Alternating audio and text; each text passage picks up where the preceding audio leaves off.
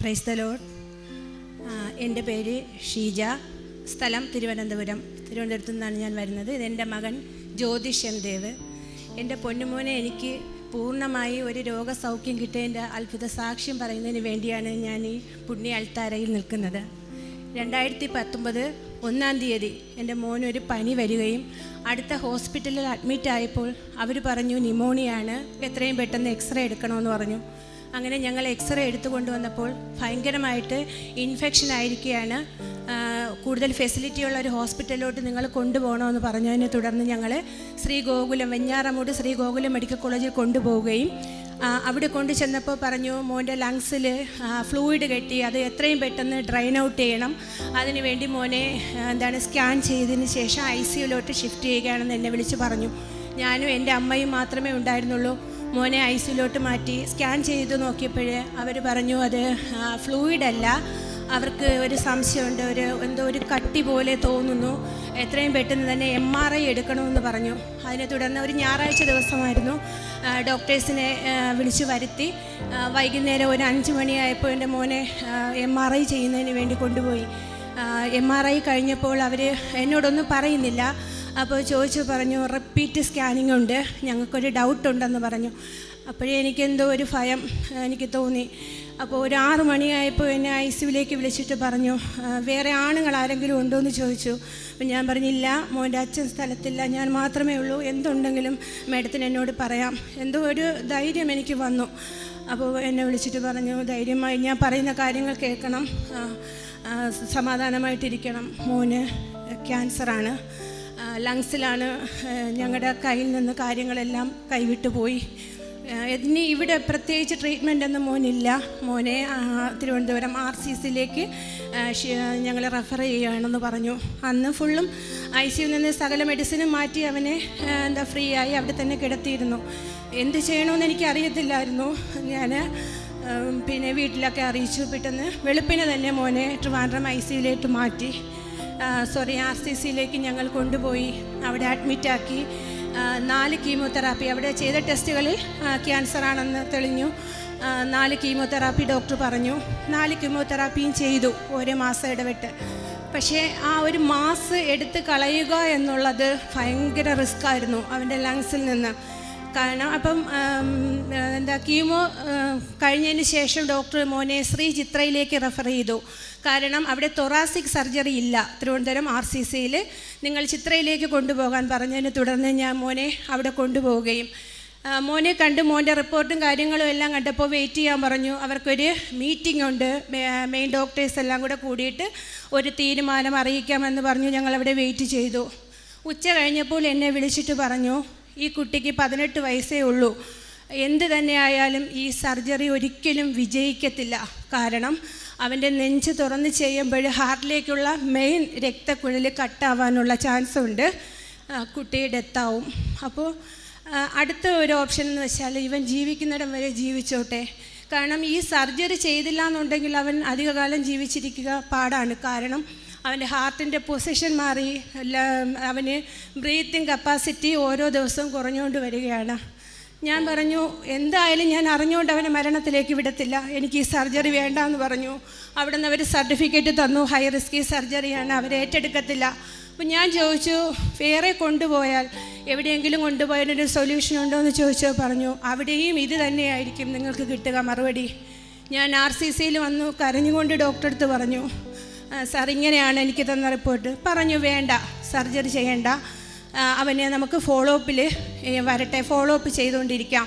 ഇപ്പോഴവന് ക്യാൻസറിൻ്റെ സെൽസ് അവൻ്റെ ബോഡിയിലില്ല, എന്നാലും ഫോളോ അപ്പ് ചെയ്തുകൊണ്ടിരിക്കണം. ഒരു പെറ്റ് സ്കാനിങ് നമുക്ക് എഴുതി തന്നു. പെറ്റ് സ്കാനിങ്ങിനായി ഞങ്ങൾ അഡ്മിറ്റായി. അതിൻ്റെ ഫ്രണ്ടിൽ ഞാൻ ഇരിക്കുന്ന സമയം മോനെ അകത്ത് കയറ്റി. ഞാൻ വളരെ വിഷമത്തോടെ ഞാൻ ഇരിക്കുന്ന സമയത്ത് ഒരു ചേച്ചി എൻ്റെ അടുത്ത് വന്നിരുന്നു. അവർ ഭാര്യയും ഭർത്താവുമായാണ് വന്നത്. അവരുടെ മകനാണ് അകത്ത് പെറ്റ് സ്കാനിങ്ങിനായിട്ട് കയറ്റിയിരിക്കുന്നത്. അവർ നല്ല ഹാപ്പിയാണ്. അപ്പോൾ ഞാൻ എന്നോട് ചോദിച്ചു ആരാണ്? ഞാൻ പറഞ്ഞു എൻ്റെ മോനാണ്. അപ്പോൾ ഞാൻ അങ്ങോട്ട് ചോദിച്ചപ്പോൾ പറഞ്ഞു എൻ്റെയും മോനാണ്, അവന് ബ്ലഡ് ക്യാൻസറാണ്. അപ്പോൾ ഞാൻ ചോദിച്ചു ചേച്ചി സന്തോഷത്തോടെ ഇരിക്കുന്നു? അപ്പോൾ പറഞ്ഞു കൃപാസനം മാതാവുണ്ടല്ലോ, ഞങ്ങൾ എന്തിനാണ് ഭയപ്പെടുന്നതെന്ന്. എന്നിട്ടൊരു പത്രം എടുത്ത് എൻ്റെ കയ്യിൽ തന്നിട്ട് പറഞ്ഞു നീ ഇവിടെ പോകാൻ നിനക്ക് പറ്റിയാൽ, നിൻ്റെ മോനെ അവിടെ എത്തിച്ചാൽ നിനക്ക് നിൻ്റെ മോനെ പൂർണ്ണമായിട്ടും തിരിച്ച് കിട്ടുമെന്ന്. അപ്പോഴും എനിക്കറിയില്ല കൃപാസനം എവിടെയാണെന്നോ ഒന്നും എനിക്കറിയില്ല. എന്നോട് പറഞ്ഞു ബൈബിൾ വായിക്കണം. എനിക്ക് എവിടെ നിന്നൊരു ബൈബിൾ കിട്ടി എൻ്റെ കയ്യിലുണ്ടായിരുന്നു, പക്ഷെ ഞാനത് വായിച്ചിട്ടുണ്ടായിരുന്നില്ല. അപ്പോൾ പറഞ്ഞു സങ്കീർത്തനങ്ങൾ മോന് വായിച്ച് കേൾപ്പിച്ചു കൊടുക്കണം, നീ അവിടെ എത്താൻ വേണ്ടി ശ്രമിക്കണം. പിന്നെ അവരുടെ പേരോ ഒന്നും എനിക്കറിയില്ല, തൃശ്ശൂരാണെന്ന് മാത്രമേ എനിക്കറിയത്തുള്ളൂ. ഞാൻ എൻ്റെ അമ്മയോട് പറഞ്ഞു. അമ്മ പറഞ്ഞു മക്കളെ നമുക്ക് പോവാം. ഞങ്ങൾ വീട്ടിൽ വന്നതിന് ശേഷം മോന് അധികം ശ്വാസം നടക്കത്തില്ല, ശ്വാസമുട്ടുണ്ട്. അവൻ തന്നെ കാറ് ഡ്രൈവ് ചെയ്തു ഞങ്ങൾ ഇവിടെ വന്നു. ഉടമ്പടിയുടെ കാര്യങ്ങൾ ചോദിച്ചു. അന്ന് തന്നെ ഭാഗ്യത്താൽ എനിക്ക് ഉടമ്പടി എടുക്കാൻ പറ്റി. ഉടമ്പടി എടുത്ത് വീട്ടിൽ പോയി. പക്ഷേ സർജറിയെക്കുറിച്ച് ഞാൻ ചിന്തിച്ചിട്ട് പോലും ഇല്ലായിരുന്നു. ഇവിടെ നിന്ന് കിട്ടിയ ഉടമ്പടി തൈലം, ഉപ്പ്, തേന് എല്ലാം ഞാൻ എൻ്റെ മോന് പുരട്ടി പ്രാർത്ഥിക്കുമായിരുന്നു. ഞങ്ങൾ ഓൺലൈൻ പ്രയർ ഞങ്ങൾ കേൾക്കും, അത് ധ്യാനം കൂടും. അപ്പോൾ പിന്നെ രണ്ടാമത് ഞങ്ങളിവിടെ തൊഴുവാനായി വന്നപ്പോഴാണ് അറിയുന്നത് അച്ഛൻ ക്യാൻസർ രോഗമുള്ളവർക്കും കിഡ്നിയിൽ അസുഖമുള്ളവർക്കും വേണ്ടി പ്രത്യേകം ബ്ലെസ്സിങ് കൊടുക്കുന്നു എന്നുള്ളത്. പക്ഷേ ഞാൻ ടോക്കൺ എടുക്കാൻ ലേറ്റായി. ഞാൻ ചെന്നപ്പോഴത്തേക്കും ആ ടോക്കൺ കഴിഞ്ഞു. അപ്പോൾ എന്നോട് ചോദിച്ചു നേരത്തെ വന്നുകൂടായിരുന്നോ? ആദ്യമേ ക്യാൻസർ രോഗമുള്ളവർക്കല്ലേ ഞങ്ങൾ ഈ ടോക്കൺ കൊടുക്കുന്നത്, അവർക്കായിരുന്നു പ്രയോറിറ്റി. എന്ത് ചെയ്യാനാണ്, എനിക്ക് കിട്ടിയില്ല. അടുത്ത ദിവസം ഇനിയുള്ള ഒരു സാഹചര്യത്തിൽ വരാൻ പറഞ്ഞു. ഞാൻ വളരെ വേദനയോടെ വന്ന് ആ ഭാഗത്ത് വന്ന് നോക്കിയപ്പോൾ അച്ഛൻ വന്നിട്ട് ഫസ്റ്റ് ഒരു മോനെ വിളിച്ച്, ഏകദേശം എൻ്റെ മോൻ്റെ പ്രായത്തിലുള്ള ഒരു മോനെ വിളിച്ച് ഇവിടെ നിർത്തി ബ്ലെസ്സിങ് കൊടുക്കുന്നു. പക്ഷേ ഞാൻ ബ്ലെസ്സിങ് കൊടുക്കുന്ന സമയത്ത് അച്ഛൻ ആ കുഞ്ഞിൻ്റെ തലയിൽ കൈവച്ചിട്ട് എന്നെയാണ് നോക്കിയത്. അപ്പോൾ എനിക്ക് മതിയായി അമ്മ, എനിക്ക് തൃപ്തിയായി, എൻ്റെ മോന് തന്നെയാണ് അനുഗ്രഹം കിട്ടിയത്. സന്തോഷത്തോടെ ഞാൻ മടങ്ങി. അതേപോലെ തന്നെ ഞാൻ വീട്ടിൽ ചെന്ന് ഒരിക്കൽ ധ്യാനം കേട്ടുകൊണ്ടിരുന്നപ്പോഴുണ്ട് അച്ഛൻ പറയുന്നു നെഞ്ചിൻ്റെ ഭാഗത്ത് മുഴയുള്ളവർ ആ ഭാഗത്ത് കൈവച്ച് പ്രാർത്ഥിക്കാൻ അച്ഛൻ രോഗസൗഖ്യം കൊടുക്കുന്ന പ്രാർത്ഥന. ഞാൻ പെട്ടെന്ന് തന്നെ വിശ്വാസ തൈലം എടുത്ത് എൻ്റെ പൊന്നുമോൻ്റെ നെഞ്ചിൽ തേച്ച് ഞാൻ കണ്ണുനീരോടെ കൈ ഉയർത്തി പ്രാർത്ഥിച്ചു. ഒരാഴ്ച കഴിഞ്ഞപ്പോൾ അവനൊരു ശാരീരിക അസ്വസ്ഥത ഉണ്ടായി, ഒരു ശ്വാസം മുട്ടും ഒരു ചെറിയ പനിയും. ഞങ്ങൾ ഹോസ്പിറ്റലിൽ പോയി RCCയിൽ ചെന്നപ്പോൾ പറഞ്ഞു എന്തായാലും ഞങ്ങൾക്ക് ഓപ്പറേഷനെ കുറിച്ച് ഒരു തീരുമാനം എടുത്തേ പറ്റൂ, നിങ്ങളൊന്ന് ശ്രമിച്ചു നോക്കാൻ പറഞ്ഞു. നിങ്ങൾ അമൃതയിലൊന്ന് കൊണ്ടുപോകണം, എന്തെങ്കിലും ഒരു പോംവഴി കിട്ടാതിരിക്കത്തില്ല എന്ന് പറഞ്ഞു. അപ്പോൾ ഞങ്ങൾ എന്തായാലും ഹസ്ബൻഡ് പറഞ്ഞു മോനെ നീ ഒന്ന് കൊണ്ടുപോയി കാണിക്കാൻ പറഞ്ഞു. ഞങ്ങൾ കൊണ്ടുപോയി. അമൃതയിൽ ചെന്നപ്പോൾ ഡോക്ടർ മുരുകൻ സാർ, ഇന്ന് എൻ്റെ ഈശോപ്പൻ്റെ മാതാവിനൊപ്പം ഞാൻ കണക്കാക്കുന്നൊരു വ്യക്തിയാണ് ഡോക്ടർ മുരുകൻ സാറ് പറഞ്ഞു വെയിറ്റ് ചെയ്യുക. അപ്പോൾ അവൻ മാനസികമായി മോനാകെ വിഷമത്തിലായിരുന്നു. അപ്പം ഡോക്ടർ പറഞ്ഞു അവൻ ഇത്രയെങ്കിലും പിടിച്ച് നിൽക്കുന്നില്ലേ ഒരു വലിയ രോഗവുമായിട്ട്, നിങ്ങൾ വെയിറ്റ് ചെയ്യാൻ പറഞ്ഞു. അപ്പോൾ പറഞ്ഞു എന്തായാലും മോൻ അഡ്മിറ്റാണ്, അമൃതയിൽ അഡ്മിറ്റാണ്. അവൻ്റെ ആ ഭാഗത്ത് കുറേ ഫ്ലൂയിഡ് ഉണ്ട്, അത് ഞങ്ങൾക്ക് ഡ്രെയിൻ ഔട്ട് ചെയ്ത് കളയാം. അപ്പോൾ അവന് ബ്രീത്തിങ് കപ്പാസിറ്റി കുറച്ചുകൂടെ ഡെവലപ്പ് ആവും എന്ന് പറഞ്ഞതനുസരിച്ച് ഞങ്ങൾ അഡ്മിറ്റായി.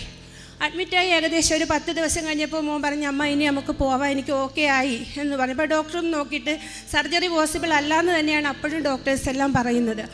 അപ്പം ആ 10ാമത്തെ ദിവസം സാറിനെ വിളിച്ചിട്ട് പറഞ്ഞു ഞാൻ ഒരു റിസ്ക് ഏറ്റെടുത്തോട്ടെ, നിങ്ങളെ ഒരു സപ്പോർട്ട് ഉണ്ടെങ്കിൽ ഒരു 50% സ്കോപ്പ് ഞാൻ കാണുന്നുണ്ട്, ഞാൻ ഈ സർജറി ചെയ്തോട്ടെ എന്ന് ചോദിച്ചു.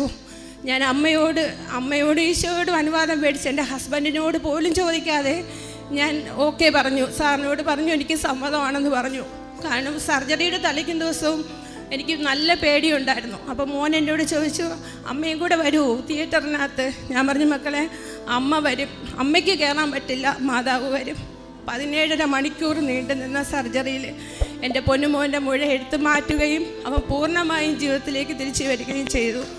1.5 മാസം ഞങ്ങൾ അമൃത ഹോസ്പിറ്റലിൽ താവട ഹോസ്പിറ്റലിൽ അഡ്മിറ്റ് ആയതിന് ശേഷം 1.5 മാസത്തിന് ശേഷം ഞങ്ങൾ ഇതുവഴി പോകുമ്പോഴും ഇവിടെ ധ്യാനം നടക്കുന്നു. ഞങ്ങൾ വണ്ടി നിർത്തി, അകത്ത് മോനെ കയറ്റാൻ പറ്റത്തില്ല, അത്രയ്ക്ക് തിരക്കായിരുന്നു. അവൻ്റെ ഫിസിക്കൽ കണ്ടീഷനും ഒക്കെ ആയിരുന്നില്ല. ഞങ്ങൾ വീട്ടിൽ പോയിട്ട് ഒരു 15-20 ദിവസം കഴിഞ്ഞപ്പോൾ ഞങ്ങളിവിടെ കൊണ്ട് എൻ്റെ മാതാവിൻ്റെ മുമ്പ് കൊണ്ട് എൻ്റെ മോനെ നിർത്തി.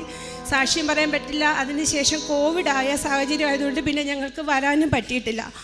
അതിനുശേഷം ഞങ്ങൾക്ക് 2022 എല്ലാവർക്കും കോവിഡ് പോസിറ്റീവായിരുന്നു.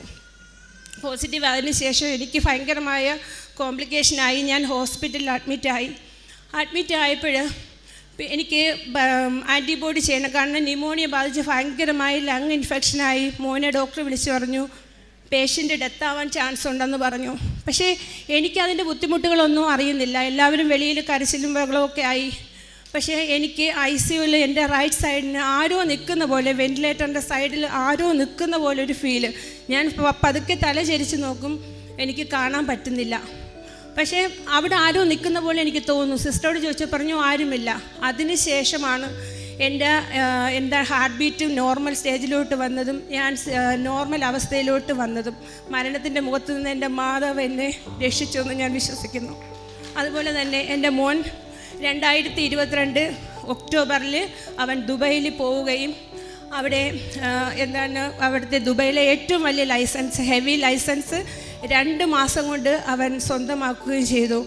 UAE-യിലുള്ള പ്രവാസി സഹോദരങ്ങൾക്ക് അറിയാൻ പറ്റും ആ ഒരു ലൈസൻസ് എടുക്കാൻ പറ്റുന്നതിൻ്റെ റിസ്ക് എത്രത്തോളമാണെന്നുള്ളത്. അവൻ ഒരു ടെസ്റ്റിൽ പോലും ഫെയിലാവാതെ തന്നെ മാതാവ് അവൻ ആ ലൈസൻസ് നേടിക്കൊടുത്തു. കഴിഞ്ഞ മാസം അവൻ നാട്ടിൽ വന്നു, ഞങ്ങളിവിടെ വന്നു, ഉടമ്പടി പുതുക്കി തിരിച്ചു പോയി.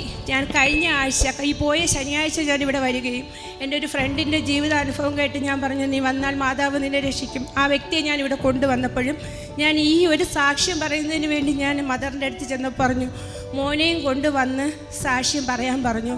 ഞാൻ അവിടെ ഇരുന്നപ്പോൾ ഇവിടെ ഒത്തിരി സഹോദരങ്ങൾ നല്ല നല്ല സാക്ഷ്യങ്ങൾ പറഞ്ഞപ്പോഴും ഞാൻ മാതാവിനോട് പറഞ്ഞു, മാതാവേ എൻ്റെ കടഭാരത്തിന് എനിക്കൊരു അറുതിയും വരുന്നില്ല, ഞാൻ ഇവിടെ ഏൽപ്പിച്ചിട്ട് പോവുകയാണെന്ന് പറഞ്ഞു. ഞാൻ വീട്ടിൽ ചെന്ന് കയറിയപ്പോൾ മോൻ എന്നോട് പറയുന്ന വർത്തമാനം എന്ന് വെച്ചാൽ, അമ്മ ദുബൈയിൽ നിന്ന് വിളിച്ചിരുന്നു, അവിടുത്തെ ഒരു നല്ല കമ്പനിയിൽ അവൻ ആഗ്രഹിച്ച പോലെ തന്നെ ഒരു ജോബ്, അവന് വിസ ശരിയായി, എത്രയും പെട്ടെന്ന് കയറി ചെല്ലാൻ പറഞ്ഞു. നാളെ രാത്രിയിൽ എൻ്റെ മോൻ UAE-യിലേക്ക് തിരിച്ചു പോവുകയാണ്. അതുകൊണ്ട് തന്നെ ഇന്ന് തന്നെ ഞാൻ ഇവിടെ വന്ന് സാക്ഷ്യം പറയുന്നതിലേക്ക് ഞാൻ വന്നത്. അടുത്ത മാസം വരുമെന്നാണ് ഞാൻ മദറിനോട് പറഞ്ഞിട്ട് പോയത്. പക്ഷേ മാതാവ് എന്നെ ഇന്ന് ഈ അൾത്താരയിൽ നിർത്തിച്ച് നിങ്ങളോട് സാക്ഷ്യം പറയുവാനുള്ള ഭാഗ്യം എനിക്ക് കിട്ടി. ഇനി മുന്നോട്ടുള്ള ജീവിതത്തിൽ മാതാവിൻ്റെ എല്ലാ അനുഗ്രഹങ്ങളും എനിക്ക് കിട്ടുമെന്ന് ഞാൻ പൂർണ്ണമായും വിശ്വസിക്കുന്നു.